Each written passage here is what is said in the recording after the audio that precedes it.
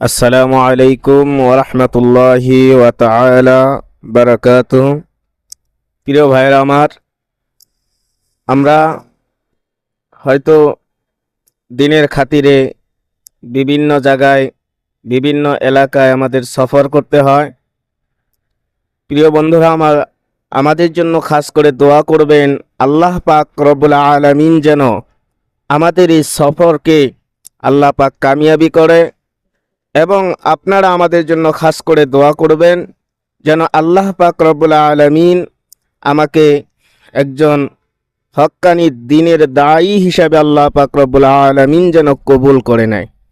প্রিয় ভাইয়ের আমার, আমরা হয়তো অনেক জায়গায় আমরা প্রোগ্রাম করি, আমরা বিভিন্ন জায়গায় যাই, অনেক পরিশ্রম হয়।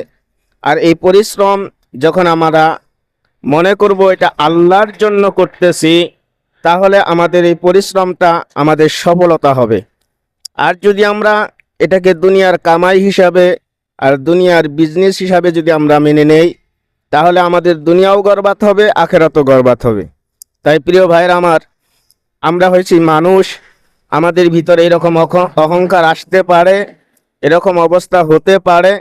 তাই আপনাদের কাছে আমি অনুরোধ হিসাবে আপনাদের কাছে আমি দোয়া চাই যেন আল্লাহ পাক রব্বুল আলামিন এই রিয়া অহংকারের থেকে এবং দুনিয়া হাসিলের জন্য যেন না হয়, একমাত্র আল্লাহকে রাজি এবং খুশি করার নিয়তে যেন হয়।